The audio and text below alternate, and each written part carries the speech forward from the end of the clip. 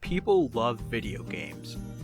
From the childlike joy of Nintendo games like Mario and Zelda, to the cinematic experiences of Rockstar's games like Red Dead 2. Millions of people play video games every day.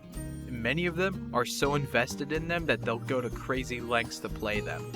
But some people are ready to exploit that for their own gain. I will film myself pissing on the Ouya. Hey there, thanks for tuning in to Underclumpin'. There are many people who have screwed over or tried to screw over and exploit video game players, but I want to focus on one evil group specifically. Scalpers. Whenever a console launches, they always show up. Scalpers are always there, buying all the stock they can on launch day, leaving nothing for the actual buyers. The only place they can go to get the new console? The Scalpers. What was $500 is now $800, $900, maybe even $1,000. Why does it have to be this way, the gamer asks themselves. But then they realize that's just how modern gaming is. Then another question pops up in their head. Has it always been this way? Scalping has existed for almost as long as video games have, but if you went back to the late 70s or 80s, it would pretty much be unrecognizable. Back then, there was no online marketplace like eBay and no online checkout box. If you wanted to scalp something, you had to work for it. You had to work to be a scumbag back then. In the early years of gaming, especially during the Atari era, stores would underestimate demand a lot. If the Atari or a popular game sold out around the holidays, someone could buy a copy early and resell it for a profit. Sound familiar? The difference was, your market of buyers was basically your city. You didn't have an easily accessible marketplace like eBay. If you wanted to find buyers, you had a pretty slim set of options.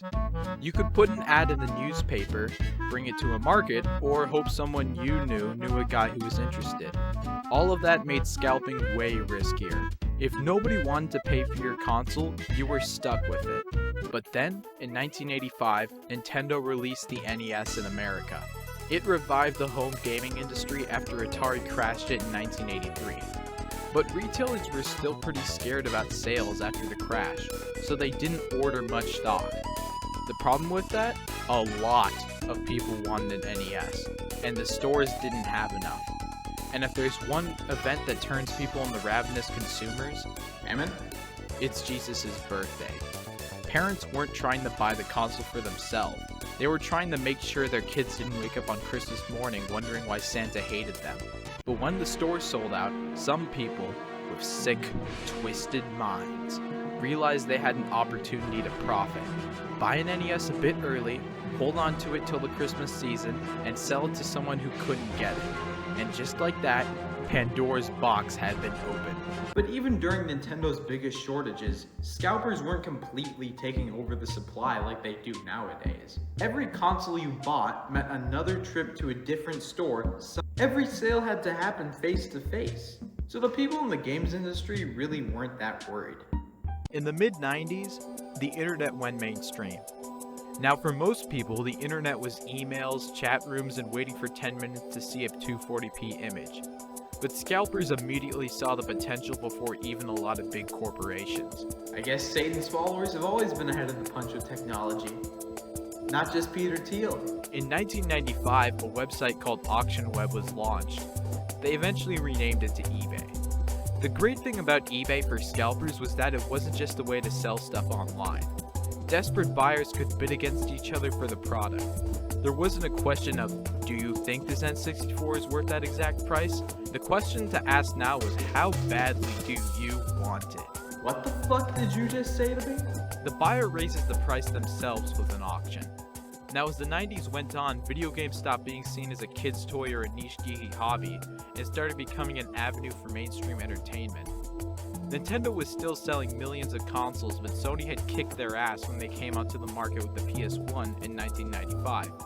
And Sega was clinging onto relevancy with the Saturn. Gamers now had more choices than ever before. And while these companies were competing for customers, there were just a lot more people who played video games now. gaming was spreading, like a disease. And like a disease, it had consequences. More gamers meant more people lining up and buying consoles on launch day, and more of those consoles selling out. And more sold out consoles means one thing for those sick, twisted bastards: an opportunity. One of the first big examples happened in 1996 with the N64. The anticipation for Nintendo's new console was huge. They had dominated for years with the NES and SNES. The expectations could not have been much higher. But just like with the NES and SNES, Nintendo couldn't meet the immediate demand. They never fucking learned. Stores across the country sold out quickly, especially near the holiday season. This was where the resellers on websites like eBay made their big appearance. You didn't have to hustle around town. Now you had access to buyers across the country thanks to the internet. And Nintendo wasn't the only company creating massive demand.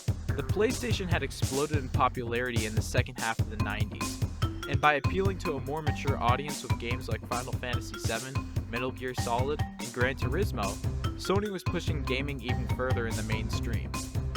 More people were buying more consoles and more games, and every year there were more opportunities for people to make money off of hard-to-find products. It also wasn't just gaming anymore. As gaming got more popular, collectors started to put value on limited edition games, promo items, and stuff like that. If somebody wanted it bad enough, there would be someone trying to flip it for a profit. It's just the idea of buying something because it would be worth more later was getting more and more common. Let's compare a scalper in 1985 to one in 1998. In 1985, you would have to put an ad in the newspaper and just hope someone called. In 98, you could upload a few pictures, start an auction, and have buyers from all over the country trying to outbid each other. The amount of work you had to put in was basically the same, but the risk was way lower, and the number of potential customers was exponentially bigger. It was at this point that scalping wasn't just a way to make an extra buck. Some people were starting to see it as a viable, legitimate business. To be fair to these people, apparently the US government did scalping as a business back in the 1800s. Crazy, right? Now let me read past the first 10 words of this Wikipedia article.